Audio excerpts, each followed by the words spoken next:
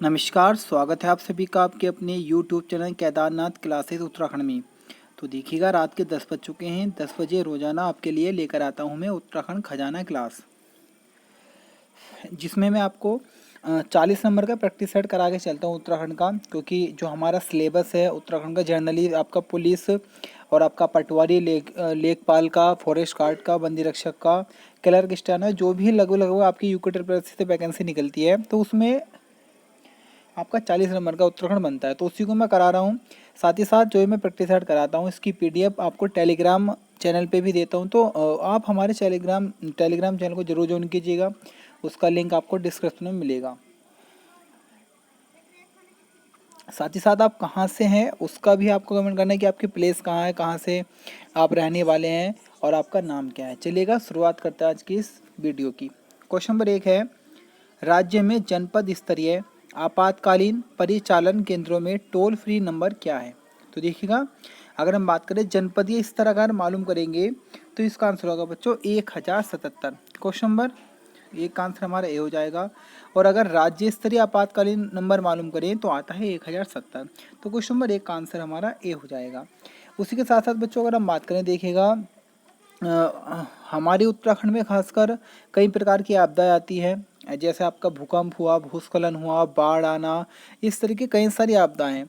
तो मैं आपको बताऊं कि उत्तराखंड को भूकंप के क्षेत्र की अगर दृष्टि से माने तो जोन 4 और 5 में बांटा गया है। क्वेश्चन आता है उत्तराखंड किस भूकंप जोन में पड़ता है, 4 और 5 में, जो कि अति संवेदनशील है।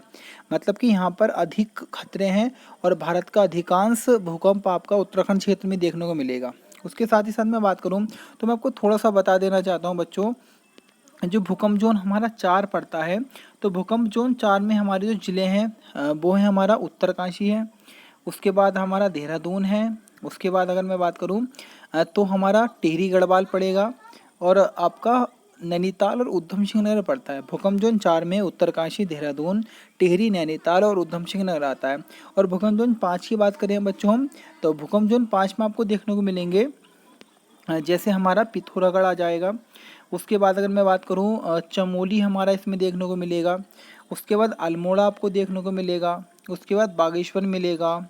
और अगर मैं बात करूं तो रुद्रप्रयाग और हमारा चंपावत।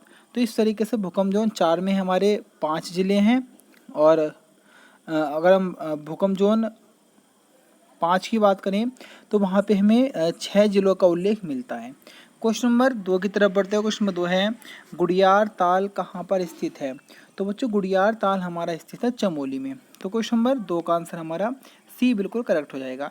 चमोली के बारे में आप सभी जानते ही हैं, सबसे बड़ा हमारा जिला है क्षेत्रफल के मामले में। उसके बाद में क्रम आता है हमारा उत्तरकाशी का, उसके बाद पिथौरागढ़ का, और 4वें क्रम पे पौड़ी गढ़वाल। तो ऑप्शन सी हमारा बिल्कुल सही है, गुडियार ताल हमारा चमोली में स्थित है। और उत्तराखंड में अगर हम बात करें सर्वाधिक ताल और सर्वाधिक झीलें जो पाई जाती हैं वो भी बच्चों हमारा चमोली में आते हैं। और कुमाऊं में अगर मालूम करें तो आता है हमारा नैनीताल में। बढ़ते हैं क्वेश्चन नंबर 3 की तरफ। क्वेश्चन नंबर 3 है, बैजनाथ धाम किस नदी के तट पर स्थित है। तो बच्चों ये है हमारा गोमती नदी के तट पे। क्वेश्चन नंबर 3 का आंसर हमारा भी हो जाएगा, बैजनाथ धाम हमारा गोमती नदी के तट पे। बाकी किसी भी क्वेश्चन में अगर आपको कोई डाउट हो तो आप कमेंट में कमेंट कीजिएगा। मैं हर एक स्टूडेंट के कमेंट का रिप्लाई करता हूँ। किसी प्रकार की आपको जानकारी लेनी हो तो वो मैं सब बताऊँ। कुछ बच्चों के कमेंट आते रहते हैं कि सर फॉरेस्ट गार्ड का पेपर कब होगा, एसआई का फिजिकल कब होगा। ऐसी अभी कोई भी इस पर जानकारी नहीं मिली हुई है। आयोग को हम मेल करते हैं, फिलहाल मेल का भी रिप्लाई नहीं आ रहा है काफ़ी समय से। बाकी सुनने में आ रहा है कि फॉरेस्ट गार्ड के ऊपर हट सकता है, अभी कंफर्म किसी को नहीं पता है। जल्दी आपको इसकी जानकारी मिलेगी। कुछ पचाना राज्य में कोड़धारी वन जो कि 900 से 1800 मीटर की ऊंचाई पर पाए जाते हैं। तो बच्चों इसमें जो सबसे प्रमुख वन है कोड़धारी वनों का, वह कौन सा वन है या कौन सा वृक्ष है। तो बच्चों वो है हमारा चीड़ का वृक्ष। क्वेश्चन में 4 का आंसर हमारा बी बिल्कुल सही हो जाएगा। और आपको एक चीज़ और याद रखनी है, क्वेश्चन एग्जाम में बना था क्लर्क के एग्जाम में कि राज्य में सर्वाधिक कौन सा वृक्ष पाया जाता है, तो बच्चों वो भी हमारा चीड़ का वृक्ष पाया जाता है। उसके साथ मैं बात करूँ सर्वाधिक जो वन पाए जाते हैं बच्चों, तो सर्वाधिक वन है हमारे पौड़ी गढ़वाल में। अभी जो नई बुक आई परीक्षा में इसमें डाटा चेंज आया है, लेकिन अभी तक जो एग्जाम में सही हुआ है वो पुराने आंकड़ों को ही सही किया गया है। सर्वाधिक वन हमारा पौड़ी गढ़वाल में है। सर्वाधिक खुले वन भी हमारे पौड़ी गढ़वाल में है।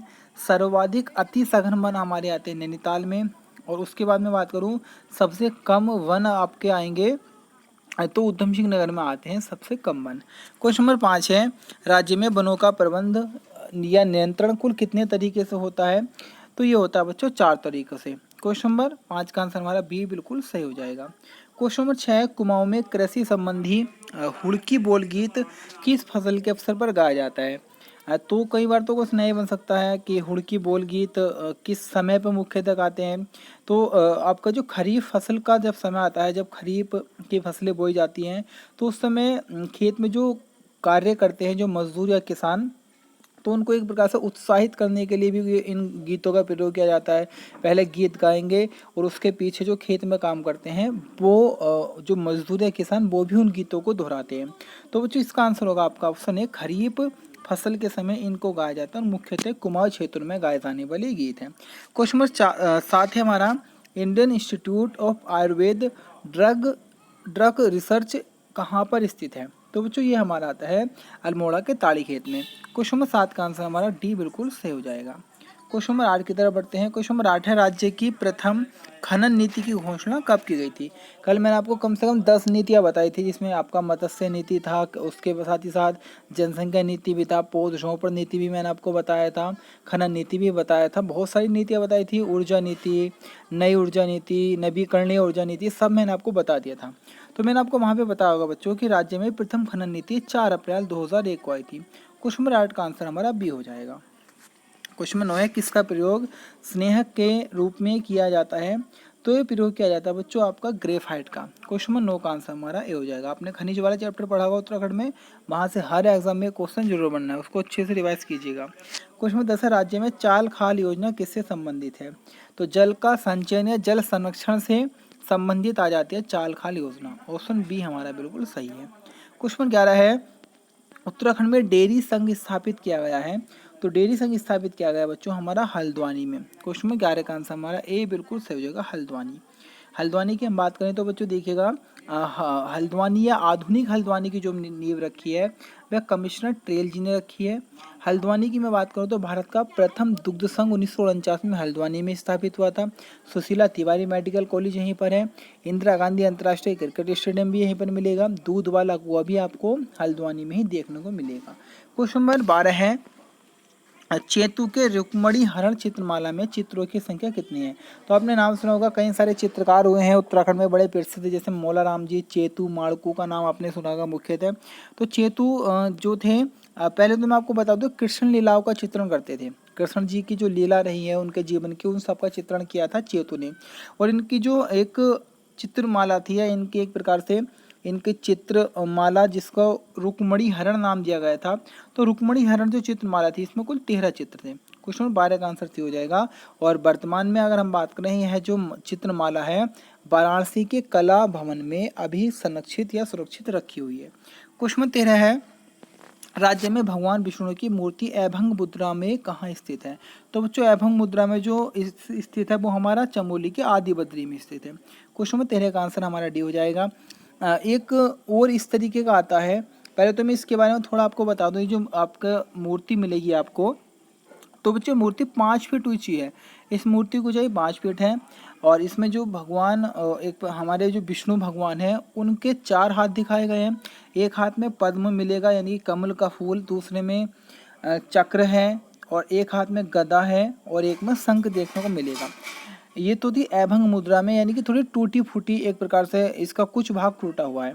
एक आती है आधी मूर्ति, मतलब आधा रूप है विष्णु जी का और आधे रूप की पूजा होती है, और यह है भविष्य बद्री में, जो कि सुबेन नामक स्थान पर पड़ता है। ऐसा कहा जाता है कि आगे जब घोर कलयुग आ जाएगा तो धीरे धीरे ये मूर्ति पूरी हो जाएगी, और जो विशाल बद्री है वह वाली मूर्ति का अंत हो जाएगा। ऐसा मान्यताएं हैं पुरानी कहानियों के अनुसार, या जो भी हमारे पौराणिक ग्रंथ हैं।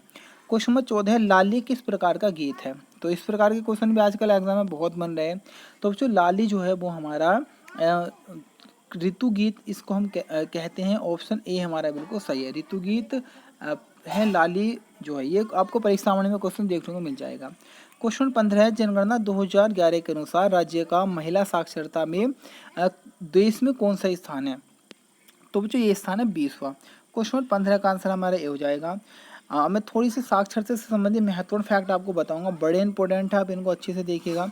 अगर देखिए हम बात करें महिला साक्षरता में जो स्थान है वह है 20वां। पुरुष साक्षरता की मैं बात करूं बच्चे तो पुरुष साक्षरता में स्थान है हमारा 13वां, और उत्तराखंड का ओवरऑल साक्षरता में जो स्थान है वो है 17वां। महिला में 20वां, पुरुष में 13वां, और ओवरऑल अगर हम लगाएं तो आता है हमारा 17वां स्थान। इसके बाद देखिएगा ये 2011 के आंकड़ों की मैं बात कर रहा हूँ।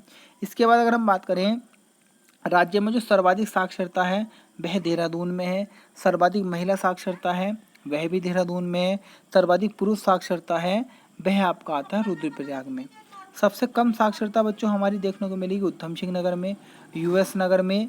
उसके बाद सबसे कम महिला साक्षरता आपको मिलेगी उत्तरकाशी में, और सबसे कम पुरुष साक्षरता आपको देखने को मिलेगी हरिद्वार में।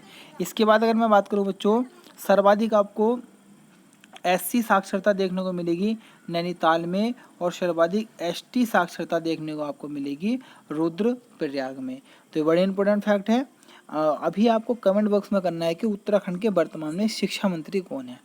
क्वेश्चन नंबर 16 की तरफ बढ़ते हैं। क्वेश्चन नंबर 16, राज्य में कितने जिलों की साक्षरता, देश की औसत जो साक्षरता है 73%, कहीं कहीं आपको 74.4 मिलेगी हमारे देश की साक्षरता। तो जो हमारा जो राज्य है इसके कितने जिले ऐसे हैं जो देश की साक्षरता से अधिक हैं, तो देखिएगा हमारा जितने के जितने जिले हैं यानी कि 13 जिले हमारे प्रदेश में हैं, और 13 के 13 जिलों की जो साक्षरता दर है वह हमारे केंद्रीय साक्षरता से, भारत के साक्षरता से, या जो हमारी राष्ट्रीय साक्षरता उससे अधिक है। तो ऑप्शन बी हमारा सही है। क्वेश्चन नंबर 17 है, निम्न में बॉक्सर जनजाति के त्योहार कौन से हैं।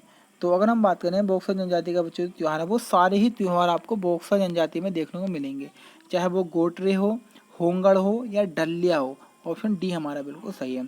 Question 18, Garhwal motor users cooperative transport society का मुख्यालय कहाँ पर स्थित है। तो बच्चों ये स्थित है हमारा रामनगर में। ऑप्शन ए हमारा बिल्कुल सही है। इस क्वेश्चन में बहुत बच्चों को डाउट होता है, लेकिन इसका आंसर आपको रामनगर ही देखने को मिलेगा। क्वेश्चन नंबर 19 है, उत्यासु बांध परियोजना कहाँ या किस नदी पे स्थित है। तो उत्यासु बांध आपका पौड़ी गढ़वाल में पड़ता है, और बच्चों ये हमारा अलकनंदा नदी पे स्थित है। क्वेश्चन नंबर 19 का आंसर हमारा डी हो जाएगा अलकनंदा नदी। ऑप्शन डी हमारा बिल्कुल करेक्ट है। क्वेश्चन नंबर 20 है, दिव्यांग लोगों को सरकारी सेवा में कितने प्रतिशत आरक्षण है। तो बच्चों दिव्यांग लोगों को जो आरक्षण है उत्तराखंड में मिली तो वह 3% का है। ऑप्शन बी हमारा बिल्कुल करेक्ट हो जाएगा। इसके बाद अगर मैं बात करूँ देखिएगा प्रदेश में एससी जो कैटेगरी है उनको 19% का आरक्षण है, ओबीसी को आरक्षण आपको 14% का देखने को मिलेगा, एसटी को 4% का, ईडब्ल्यूएस को 10% का आरक्षण आपको देखने को मिल जाएगा। क्वेश्चन नंबर 21, दहेज और अंधेरे में उजाला जो रचनाएं हैं यह किसकी रचना है। तो रचना बच्चों मोहनलाल बाबुलकर जी की। क्वेश्चन नंबर 21 का आंसर हमारा ये हो जाएगा मोहनलाल बाबुलकर। क्वेश्चन 22 की तरफ बढ़ते हैं। हाल ही में किस व्यक्ति को केदार सिंह रावत पर्यावरण पुरस्कार से सम्मानित किया गया। तो बच्चों किया गया प्रीतम सिंह नेगी जी को। ऑप्शन ए हमारा बिल्कुल करेक्ट हो जाएगा। क्वेश्चन नंबर 23 है, भुल्ला ताल कहाँ पर स्थित है। तो बच्चों ये हमारे स्थित है पौड़ी गढ़वाल में। क्वेश्चन नंबर 23 का आंसर हमारा डी हो जाएगा भुल्ला ताल कहाँ पर स्थित है, पौड़ी गढ़वाल में। क्वेश्चन नंबर 24 है, जयपुर मंदिर कहाँ पर स्थित है। तो बच्चों जयपुर मंदिर हमारा उत्तरकाशी जिले में स्थित है। क्वेश्चन नंबर 24 का आंसर हमारा सी हो जाएगा जयपुर मंदिर, और जयपुर आश्रम भी यहीं पर मिल जाएगा उत्तरकाशी में। क्वेश्चन नंबर 25 है, पांडवों के पूर्वज पुरुजन्य ने किस स्थान पर तप किया था। तो ये क्या था बच्चों ध्यान बद्री में। क्वेश्चन नंबर 19 का आंसर हमारा बी बिल्कुल करेक्ट हो जाएगा। पांडवों के पूर्वज पुरुजन्य ने ध्यान मंदिर में तप किया था। अगर वीडियो अच्छी लग रही हो तो लाइक कीजिएगा, कमेंट कीजिएगा, और अधिक से अधिक अपने साथियों में शेयर करना ना भूलें। क्वेश्चन नंबर 26 है, बम्पा मेला किस घाटी में लगता है। तो बच्चों बम्पा मेला हमारा दारमा घाटी में लगता है। क्वेश्चन नंबर 26 का आंसर हमारा डी करेक्ट हो जाएगा, दारमा घाटी में लगता है बम्पा मेला। क्वेश्चन नंबर 27 है, राज्य में खास पट्टी आंदोलन कब चला था। तो देखिए खास पट्टी आंदोलन की हम बात करते हैं 1907 में चला था। ऑप्शन बी हमारा बिल्कुल करेक्ट हो जाएगा। क्वेश्चन नंबर 28 है, महिलाओं के संपत्ति के अधिकार से संबंधित कौन सी प्रथा है। तो ये प्रथा है बच्चों जवाड़ प्रथा। ऑप्शन सी हमारा बिल्कुल सही है। क्वेश्चन 29 है, राज्य में नदी बचाओ आंदोलन किसने चलाया था। तो राज्य में नदी बचाओ आंदोलन जो चलाया था वह सुरेश भाई जी ने चलाया था। ऑप्शन बी हमारा बिल्कुल सही है। गांव बचाओ आंदोलन रहेगा तो अनिल जोशी जी ने उसको चलाया था। क्वेश्चन नंबर 30 है, टिहरी में बाल सभा का गठन कब हुआ। तो टिहरी में जो बाल सभा गठन वह सत्यनारायण रतूड़ी जी के द्वारा किया गया था वर्ष 1935 में। ऑप्शन ए हमारा सही है। ये क्वेश्चन वीडियो के एग्जाम में बन चुका है। बाल सभा के संस्थापक कौन थे, इस तरीके से क्वेश्चन कहते हैं निम्न वेदों का परिणयन स्थल किसको माना जाता है। तो वेदों का परिणयन स्थल माना जाता है बेदनी बुग्याल को, जो कि चमोली में है। ऑप्शन सी हमारा बिल्कुल करेक्ट हो जाएगा। क्वेश्चन 32 है नंदा देवी यात्रा के समय उसके ससुराल क्षेत्र का पहला पड़ाव कौन सा है। तो नंदा देवी राज्य यात्रा का जो ससुराल का पड़ाव है प्रथम है कुलसारी है। बड़े ज़बरदस्त तरीके से मैंने नंदा देवी राज्य यात्रा को पढ़ाया है। आप हमारे यूट्यूब चैनल पे वीडियो देखिएगा, बहुत अच्छे स्तर से मैंने चित्र वगैरह बना के अच्छे से पढ़ाया। अगर आपने एक बार उस वीडियो को देखा तो लाइफ टाइम आपको याद हो जाएगी पूरी नंदा राज्य यात्रा।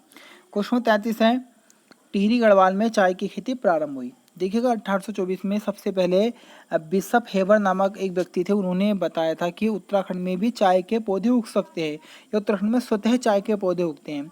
इसके बाद 1834 में चाय कमेटी बनी, 1834 में चाय कमेटी बनी थी और 1835 में पहली बार भीमताल और लक्ष्मेश्वर में चाय के बागान लगाए गए।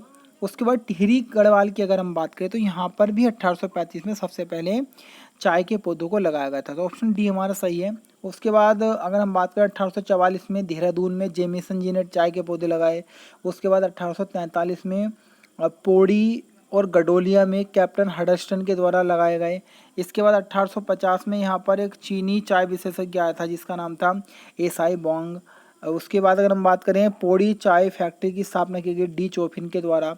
1928 में भी 5 बागान लगाए थे यूरोपियों के द्वारा नैनीताल में चाय के, उनकी चर्चा कहीं बाद में करेंगे। क्वेश्चन 34 है अल्मोड़ा में एक औषधालय की स्थापना कब की गई।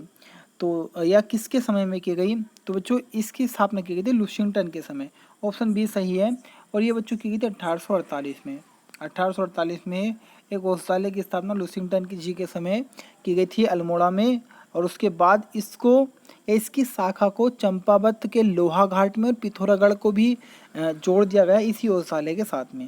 क्वेश्चन 35 पवार वंश में युवराज के लिए कौन सा शब्द प्रयुक्त होता था। तो वो होता था बच्चों टीका। ऑप्शन ए हमारा बिल्कुल करेक्ट, बी ऑप्शन हमारा बिल्कुल सही है। क्वेश्चन 36 गढ़वाल का 52वां गढ़ कौन था। तो कौन सा था। तो गढ़वाल का जो 52 गढ़ था वह था लोधनगढ़। ऑप्शन डी हमारा बिल्कुल करेक्ट हो जाएगा। और आपको पता ही है 52 गढ़ों को जीतने वाले जो राजा थे वह अजय पाल जी थे, पवार वंश के 37वें राजा। क्वेश्चन 38 है, क्वेश्चन 37 है पौरव शासन के निवास स्थान को, यानी कि मुख्यतः पौरव वंश में जो राजा वगैरह होते थे उनके शासन जहाँ वो रहते थे जिस स्थान पर उसे क्या कहा जाता था। तो उसे कहा जाता था कोर्ट। ऑप्शन बी हमारा सही है। क्वेश्चन नंबर आज का हमारा अंतिम क्वेश्चन है कार्तिकेयपुर राजवंश के समय सेना कितने भागों में बटी थी। तो ये भागों में बटी थी बच्चों हमारे 4 भागों में। ऑप्शन ए हमारा बिल्कुल करेक्ट हो जाएगा। तो ये थी आज की हमारी वीडियो कैसी लगी है कमेंट जरूर कीजिएगा, अधिक से अधिक लाइक कीजिएगा और मुझे इंतजार रहेगा आपके कमेंट का कि आप बताएंगे आप कहाँ से रहने वाले हैं और जिससे मुझे पता लगे कहाँ कहाँ तक हमारे चैनल की पहुँच बनी।